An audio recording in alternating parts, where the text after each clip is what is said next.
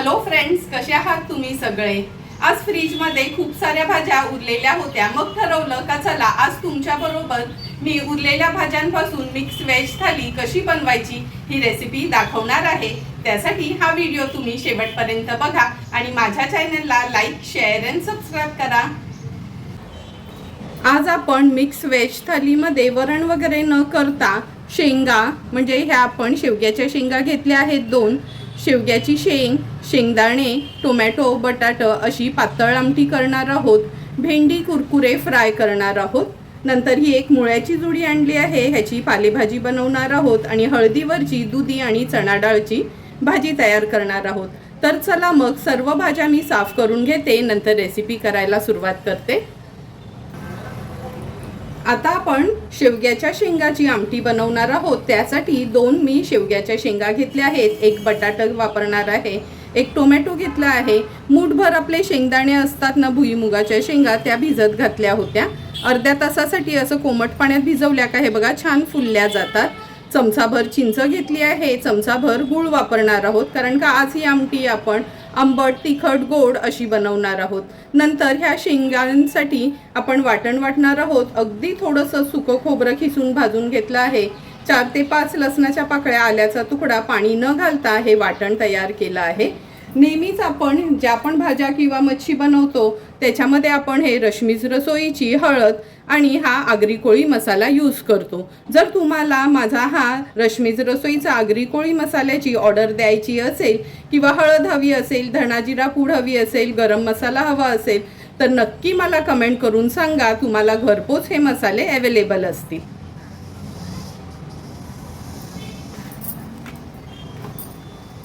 तर चला मग आता शेवग्याच्या शेंगा, बटाटा, टोमॅटो व्यवस्थित मी कापून घेते, नंतर भाजी बनवायला सुरुवात करते।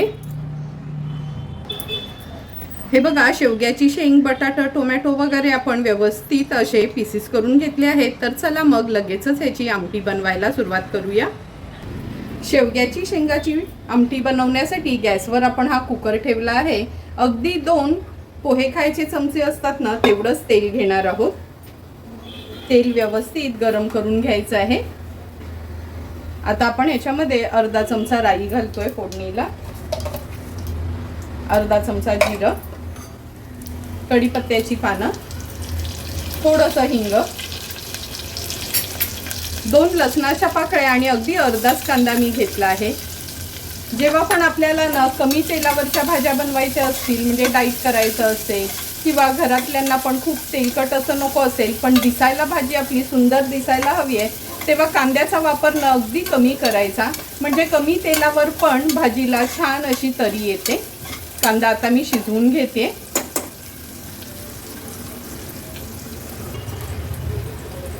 कांदा पण आपला छान शिजला गेलाय। आता अर्धा चमचा हळद घालते याच्यामध्ये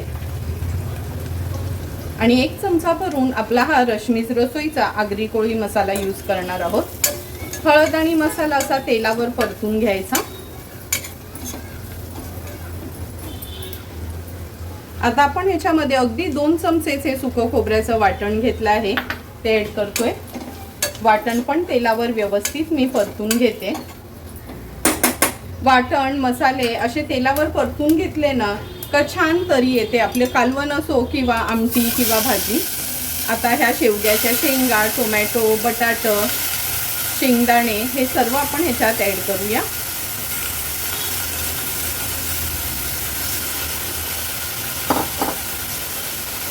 मसाल्यावर भाजी परतून घेते।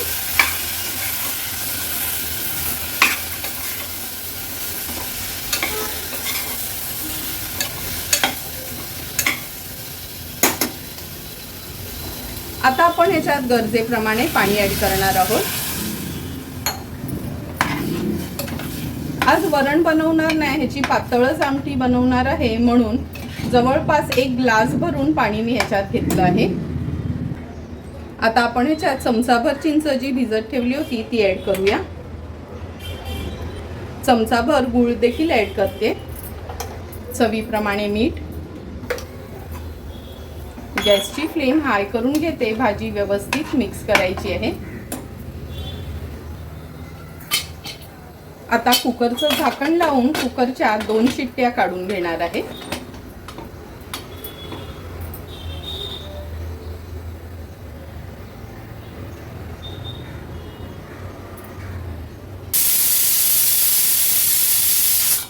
दोन शिट्ट्या आपण काढून घेतल्या आहेत. आता गॅसची फ्लेम स्विच ऑफ करते आणि कुकर गार झाला का आपण झाकण उघडून बघूया. हे बघा, कुकरची शिट्टी गार झाली आहे. कुकरचं झाकण उघडून बघूया.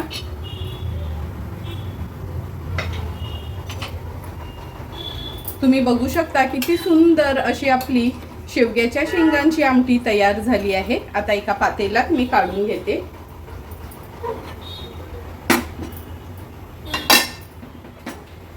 अगदी कमी तेलावर करून पण अगदी सुंदर अशी ही शेवग्याची शेंग, टोमॅटो, बटाट्याची आमटी तयार झाली आहे. 2 शिट्ट्या घेतल्यानं काय बघा, शेंगा पण छान शिजल्या जातात आणि खूप जास्त स्मॅश होत नाहीत. आता ह्याच्यावर थोडीशी कोथिंबीर ॲड करते आणि सर्व करण्यासाठी ही भाजी तयार आहे. आता आपण चणा डाळ आणि दुधीची हळदीवरची भाजी बनवणार आहोत. त्याकरता पाव किलो दुधी घेतला होता. दुधीच्या या अशा फोडी आपण करून घेतल्या आहेत. मूठभर अगदी चणा डाळ अर्धा तासासाठी उकळत्या गरम पाण्यात भिजत ठेवली होती. म्हणजे हे बघा, हाताने अशी मोडली जाईल ना अशी डाळ भिजली गेली आहे. अर्धाच टोमॅटो वापरणार आहोत. एक मीडियम साईजचा कांदा चिरून घेतला आहे. 3 ते 4 हिरव्या मिरच्या आणि चमचाभर आलं लसूण क्रश यूज करणार आहोत. तर चला मग लगेचच वाफेवरची हळदीतली दुधीची भाजी बनवायला सुरुवात करूया. दुधीची हळदीवरची भाजी बनवण्यासाठी गॅसवर आपण ही कढई ठेवली आहे. 2 चमचे तेल घेणार आहोत.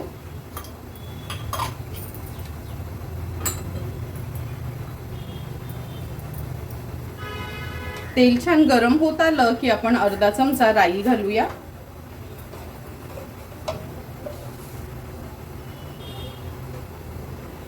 अर्धा चमचा जिरं घालते.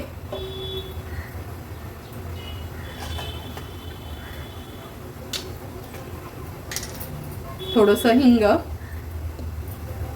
राई जिरं तडतडलं का कढीपत्त्याची पानं घालणार आहे फोडणीला. नंतर एक कांदा आणि 3 हिरव्या मिरच्या घेतल्या आहेत चिरून, ते ॲड करते. कांदा तेलावर परतून घ्यायचा आहे. गॅसची फ्लेम लोवर ठेवते. आता आपण ह्याच्यात चमचाभर आलं लसूण क्रश ॲड करणार आहोत. पेस्ट वापरू नका या भाजीसाठी, क्रशच वापरा किंवा आलं लसूण बारीक चेचून घेतलं किंवा चिरून घेतलं तरी चालेल. आलं लसूण क्रश, मिरची आणि कांदा व्यवस्थित तेलावर परतून घ्यायचा आहे. खूप मऊ होईपर्यंत शिजवायचा नाही, थोडासाच अगदी अर्ध्या मिनिटासाठी तेलावर परतून घेऊया.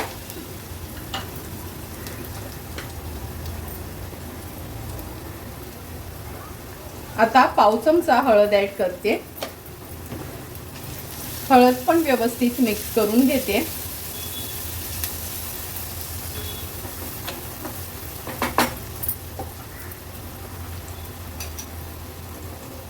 आता हे दुधीच्या फोडी आहेत त्या ॲड करूया. लक्षात ठेवा, थेंबरी पाणी वापरायचं नाही ह्याच्यामध्ये आपण.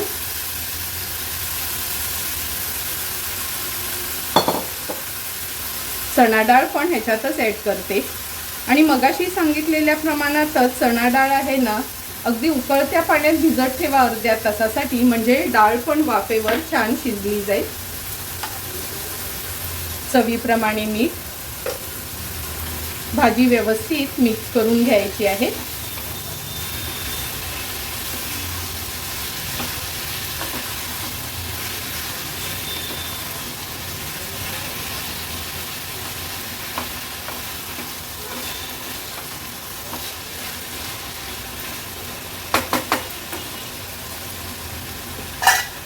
भाजी मिक्स करून झाली की झाकण ठेवते आणि लो फ्लेमवर ही दुधी आणि चणा डाळ आपल्याला शिजवून घ्यायची आहे.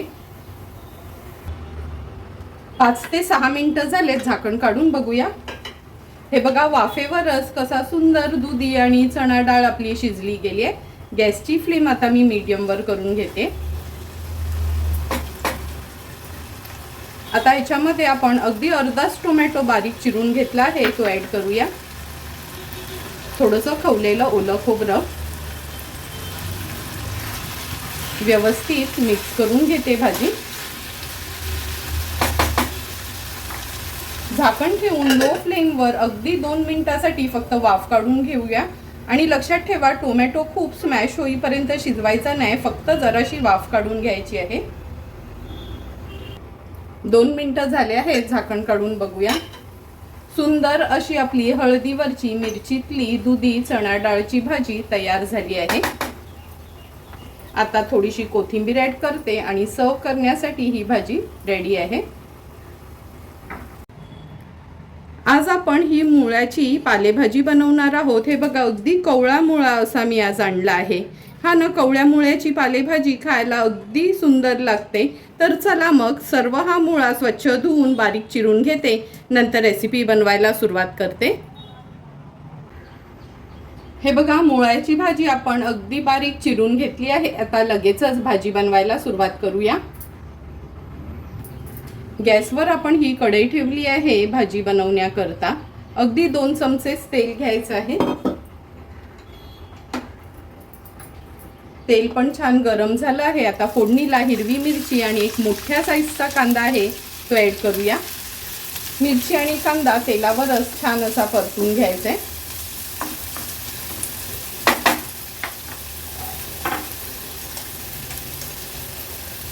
आता ह्याच्यामध्ये मी चमचाभर आलं लसूण क्रश ॲड करते।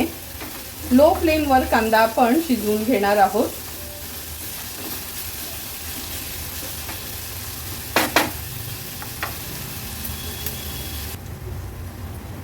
हे बघा, कांदा पण आपला छान शिजत आला आहे।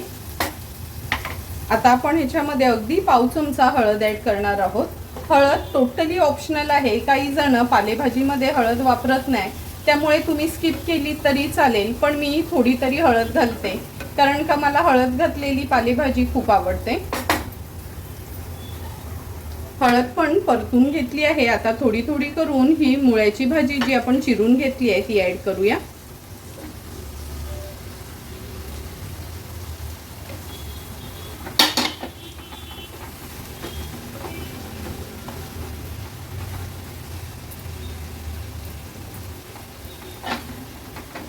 उरलेली भाजी पण मी आता ह्याच्यात ॲड करून घेते।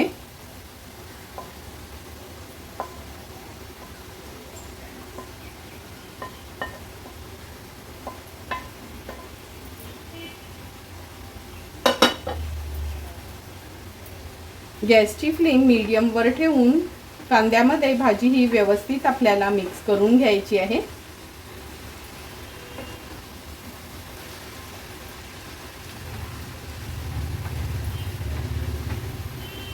आता मीडियम फ्लेमवरच आपल्याला ही भाजी शिजवून घ्यायची आहे। फक्त एक गोष्ट लक्षात ठेवा, मुळ्याची भाजी शिजवताना झाकण ठेवायचं नाही किंवा सुरुवातीलाच मीठ घालायचं नाही। कोणतीही पालेभाजी आपण जेव्हा बनवतो ना, सुरुवातीला कधीच मीठ घालायचं नाही। भाजी शिजत आल्यावरच मीठ ॲड करायचं आहे। 2 मिनिटासाठी ही भाजी आपण अशी शिजवून घेणार आहोत। अगदी 1-1.5 मिनिटच झालं आहे। हे बघा, तुम्ही बघू शकता भाजी लगेच मऊ पडली आहे आणि कसं मुळ्याच्या भाजीने पाणी सोडलं आहे। आता हे पाणी कमी होईपर्यंत मीडियम फ्लेमवर आपण भाजी व्यवस्थित शिजवून घेणार आहोत। पाणी थोडं कमी होत आलं की आपण ह्याच्यात चवीप्रमाणे मीठ घालूया। पुन्हा एकदा भाजी व्यवस्थित मी मिक्स करून घेते। मीडियम फ्लेमवरच आता पाणी ह्याचं कमी होईपर्यंत ही भाजी आपण शिजवून घेऊया।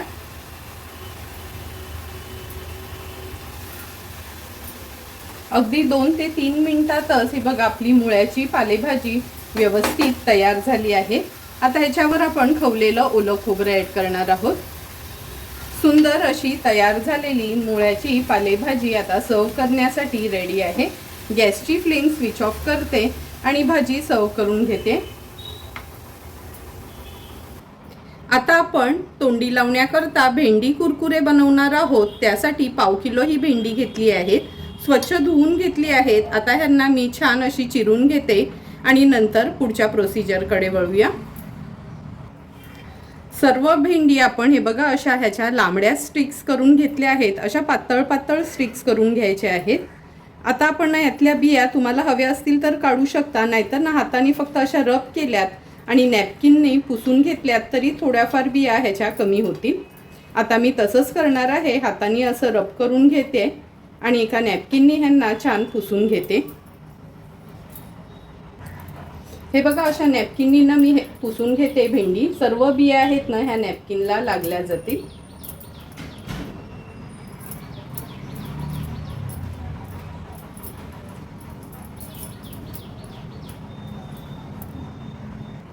हे बघा, जेवढ्या बिया काढता येता आल्या तेवढ्या बिया मी काढून घेतल्या आहेत. बिया काढणं काय कंपल्शन नाही आहे. बियांसहितच आपण हे कुरकुरे बनवले तरी चालतील. आता ह्या भेंडींना आपण मॅरिनेट करून घेऊया. चवीप्रमाणे मीठ ॲड करायचं आहे. चमचाभर लाल तिखट. मी हा आमचा आगरी कोळीच मसाला यूज केला आहे. 1 चमचा आलं लसूण पेस्ट, अर्धा चमचा हळद,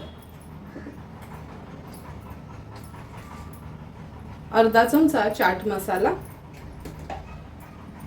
आता व्यवस्थित ही भेंडी आहेत ना आपण मॅरिनेट करून घेऊया.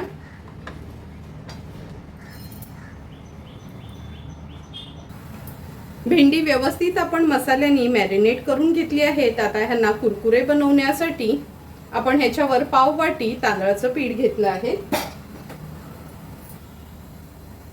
2 चमचे बेसनचं पीठ,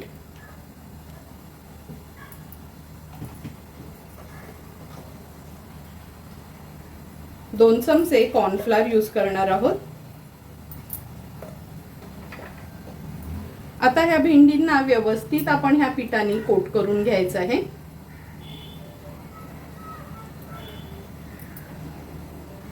हे बघा, भेंडी छान कोट झाली आहे. थोडंही पाणी वापरू नका, कारण का भेंडी कशी थोडी चिकटच असतात. ते पीठ व्यवस्थित लागलं जातं त्याला. एका बाजूला तेल पण आपलं गरम झालं आहे. लगेचच ही भेंडी मी फ्राय करून घेणार आहे. तेल पण आपण व्यवस्थित तापून घेतलं आहे. आता भेंडी ना ह्या स्टेनरनी मी अशी थोडीशी हलवून घेतली, म्हणजे जे पण एक्स्ट्राचं पीठ असेल ना ते निघून जाईल. अगदी गरम तेलावरच ही भेंडी सोडायची आहे. भेंडी सोडली का लगेच हात लावायचा नाही. अर्ध्या मिनिटासाठी तरी त्यांना असंच रेस्ट करू द्यायचं आहे. गॅसची फ्लेम मी हायवरच ठेवली आहे. अर्धा मिनिट झाला आहे. आता आपण ही भेंडी हलवू शकतो. जर सुरुवातीलाच ना तुम्ही लगेच हलवलीत ना तर त्याच्यावरची जी पिठाची कोटिंग आहे ना ती तेलामध्ये उतरेल, म्हणून ना लगेच हलवायची नाही. आता उलट पलट करून हाय फ्लेमवरच ह्यांना व्यवस्थित फ्राय करून घेणार आहोत. तुम्ही बघू शकता. हे बघा, भेंड्यांचा कलर पण चेंज होत आला आहे. भेंडी छान अशी क्रिस्पी झाली आहे. व्यवस्थित तेल निथळून घेते आणि ही भेंडी ह्या चाळणीवर मी काढून घेते, म्हणजे जे पण एक्स्ट्राचं तेल आहे ना ते चाळणीतून खाली येईल. अशाच पद्धतीने उरलेली भेंडी आपण फ्राय करून घेणार आहोत.